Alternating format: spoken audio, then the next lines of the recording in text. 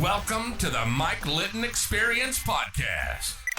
Mike has over 31 years experience in real estate, finance, and investing.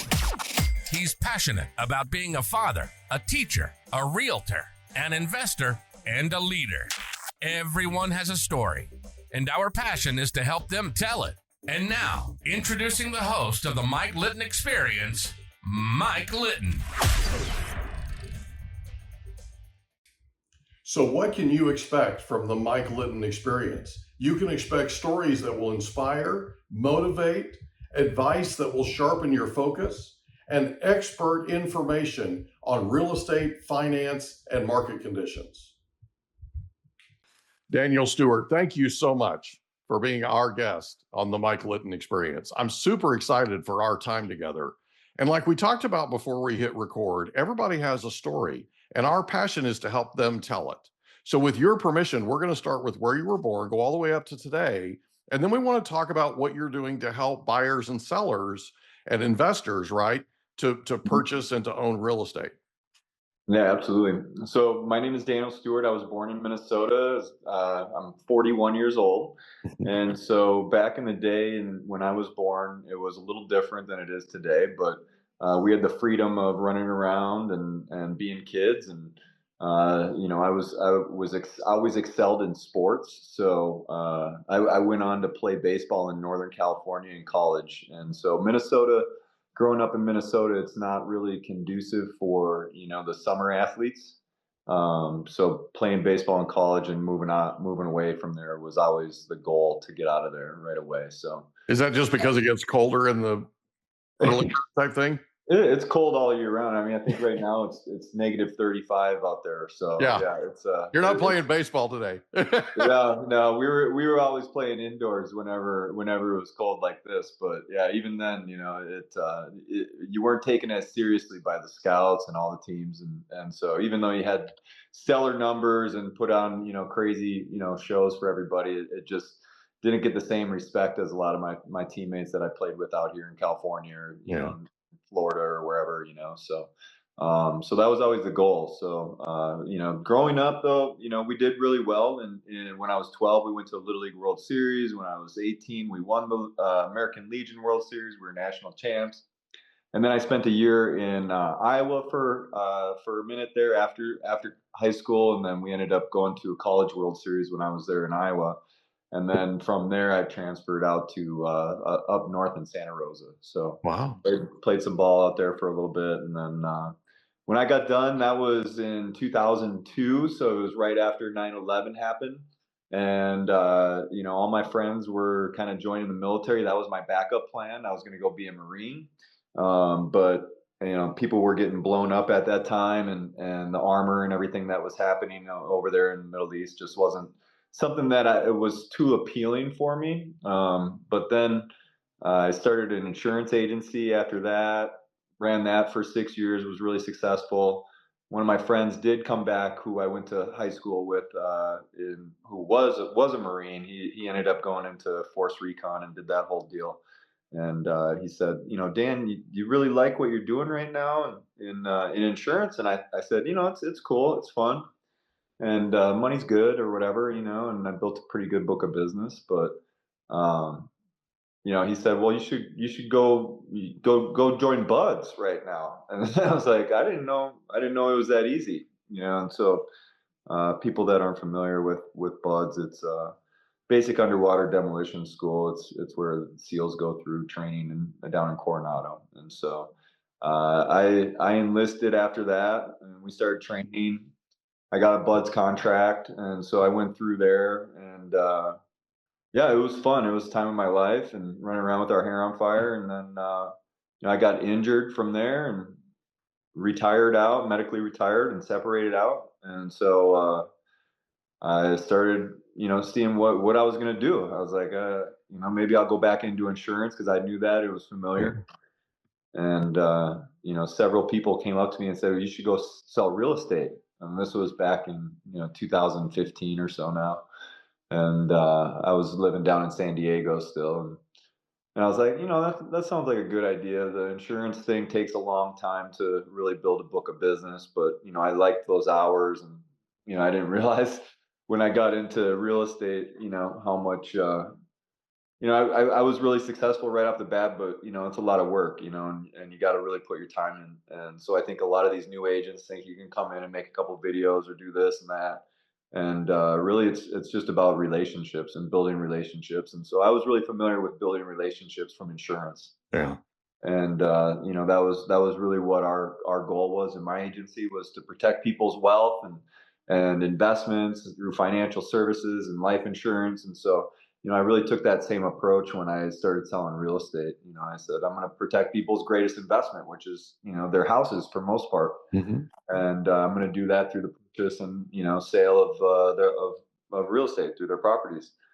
And so that was really my angle. Is just come in, relationships over transactions, have as many relationships that I could with people, and just build a book of business that way. And so I've done pretty well.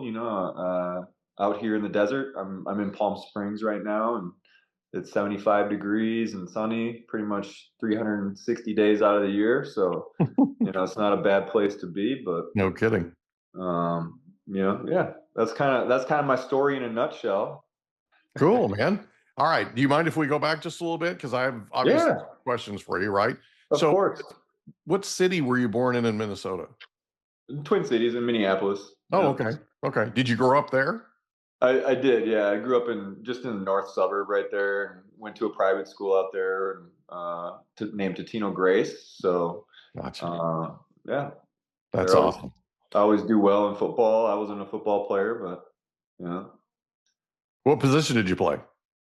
in baseball, I played outfield mostly, but I had a pretty good arm. I was throwing in the low to mid 90s, and so that was kind of rotating in and out of pitcher. Yeah.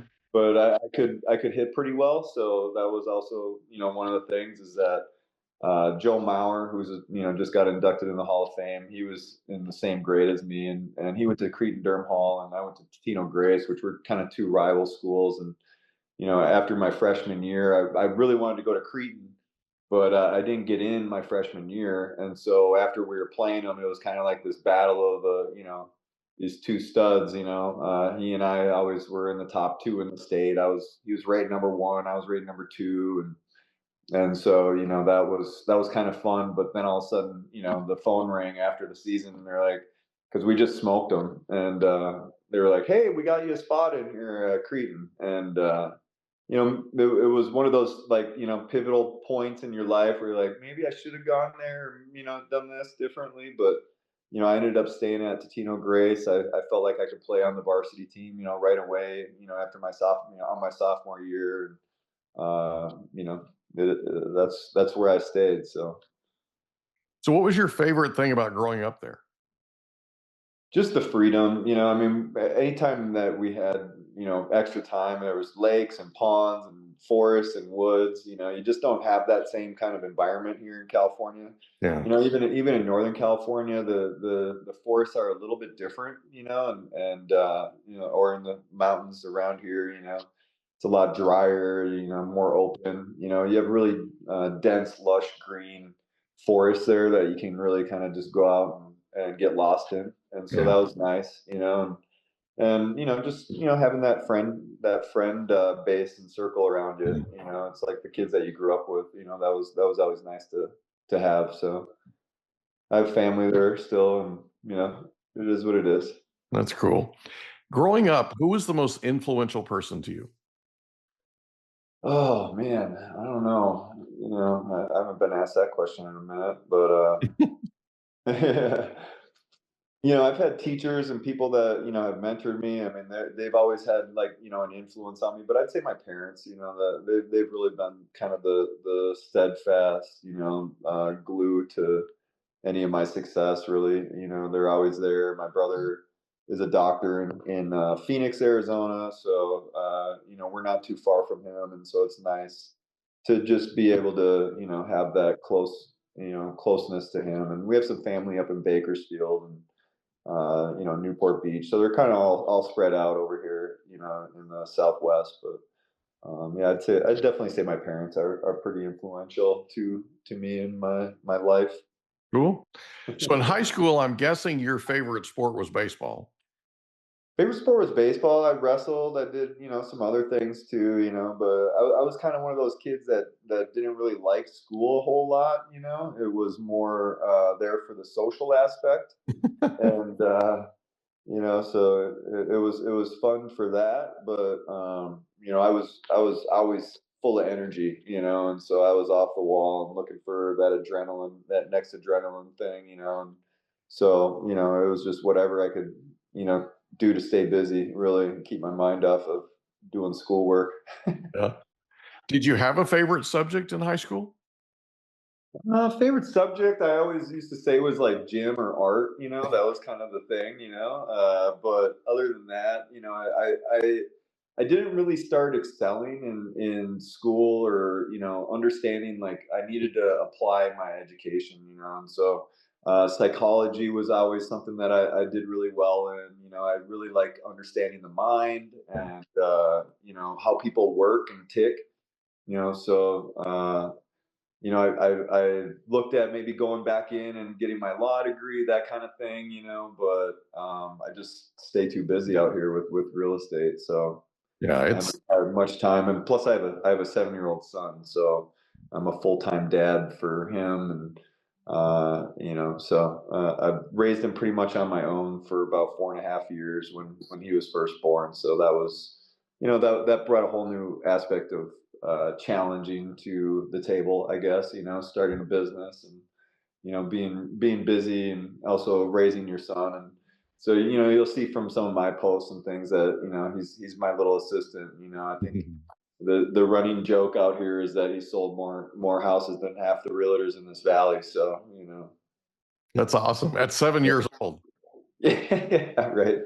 Yeah, one of our clients asked if he had his license yet last weekend when we were showing properties, and he doesn't need a license quite yet. We're not writing contracts, but he's helping close the deal. So Yeah, they're closers, man. Kids are. yeah, for sure. It's awesome, dude. Yeah, It's awesome. yeah, Okay, so here's the $64,000 question. You ready? yeah. What's your son's favorite sport? Oh man, right now it's probably golf or soccer. There you go. So yeah, yeah. That's cool. Yeah. Okay, so let's go back just a bit. So in high school, did you have a favorite teacher? Favorite teacher, my favorite teacher in high school was probably Ned Thompson. I don't think I had him as a teacher, but he was my coach for a long time. Yeah. And so, he taught math, and had been at the school for 30 years or 40 years. He was a long timer. And yeah, I mean, I just really resonated well with him. He was also the baseball coach, so that probably helped. But you know, yeah. Probably. So what was it like going to the Little League World Series? Because there's a whole bunch of people that are listening to this that that are wondering what it was like to be a player in Oh the yeah. Little League World Series. Yeah, it was interesting. I was 12 years old at the time, and I was a pitcher mostly, and so I was pitching against Toms River, New Jersey. It was me and another kid that rotated every other game pretty much. And back in 1995, when I went, there was only 4 teams from the United States. I think there's 8 now, or they have it chopped up a little differently. I can't remember how it looks, but yeah, there was only 4 teams, and so we represented the Central, and yeah, I pitched against Toms River, New Jersey, and 14,000 people. And I remember, kind of the highlight of it was I threw 14 straight balls, and then loaded the bases up, and then threw 17 straight strikes. So there was kind of some fun, energy there. But there was a lot of people, and that was the first time that I really got to spend time on them, in front of that many people. So it was interesting. That had to have been an experience being in Oh front yeah, I mean, of. this was 25 years ago now, so I'm trying hard to remember this. I mean, when we first got there, they gave us bats and balls and gloves, and the team from the Dominican Republic, they only had, like milk crate, gloves that they used down there. And so it was really cool just to see, how the different cultures, and we had teams from Taipei, in the Asian sector or whatever conference, and then I think there was a team from Canada, somewhere from Europe, and then I think somewhere Saudi Arabia, something like that too, if I remember correctly. But I just remember the Dominican Republic kids throwing heat, and thinking that they were, they had to be 16 years old or something because they were huge compared to us. And then the other teams from the United States, I don't remember who won that year. I know it was Spring, Texas, Yorba Linda Hills, California, Tomsriver, New Jersey, and then us, I believe, were the four, if I remember correctly. So Cool. So you graduate high school and you make a decision to go to Iowa. What made you make that decision? Why did you pick Iowa? I had a friend that was on my team, the national championship team, when I was 16, he was 18, in '99 when we won the national championship, and that was probably the biggest influential decision right there. Was he went there, I was getting recruited pretty hard, and then the second part of it is that I wanted to get drafted. That was the goal, was to get picked up by a major league team. And so back in that time, you weren't able to go to an NCAA school and get drafted after your first year. But this route allowed me to continue playing, put on showcases for big time scouts, and still get those numbers up that maybe would hopefully get me drafted at that point. But I just kept going, and you just keep on going until that phone rings. But so you made a decision to transfer to Santa Rosa. What college was that? I went to the JC up there, Santa Rosa Junior College up there. The reason why I transferred there is I was planning on going down to Florida to Manatee Community College in Bradenton. Again, because I was going into my sophomore year. After the season in Iowa, we ended up going to the World Series there. Got fourth place. I was on the All World Series team, and then played in the summer collegiate league out in New York, in the New York Collegiate Baseball League. And so when I was out there, I told one of the guys on my team who was a pitcher that I was planning on going to Manatee and transferring down there.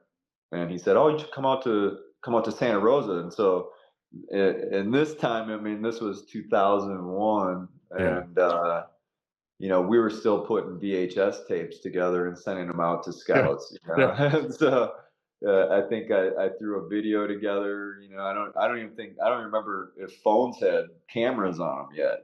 So it's just wild how much has changed. But that was the way that we scouted ourselves and got our kind of our name out to people, was putting a highlight reel together on a VHS and sticking it in the mail. So that's what we did. And coach called and said, "Yeah, come on out." And I think they gave us books or something for free. I don't even remember, but it was something to that extent. And I got a spot, and that was it. Cool. So how long did you play at Santa Rosa? Just one season. Okay. And then where'd you go after that? I didn't go anywhere. That's when I hung up the cleats and said, it's time to pursue something else. So I got you. So that's when you went into insurance? Yep. Well, yeah. So after that, one of my friend's moms said, had this big, huge house. And I said, "What's your mom do?" And he said, "Oh, she sells insurance." And I said, "Okay, well, let me get her number. I'd love to give her a call and talk to her a little bit about that. And so I gave her a call, and she was at the time a State Farm agent. And she said, "All right, we'll call this number and this, So I did that and just followed the steps, and that's where it led me, was to starting my own agency. So you were in that. So you did that for 6 years. Yeah. Right. And then at some point, we hope you enjoyed another episode of the Mike Litton Experience. If you did, do us a favor, smash that subscribe button, tell your friends, family, and coworkers about our program, and wherever you get your podcasts, please leave us a rating. It helps us to connect with quality people just like you.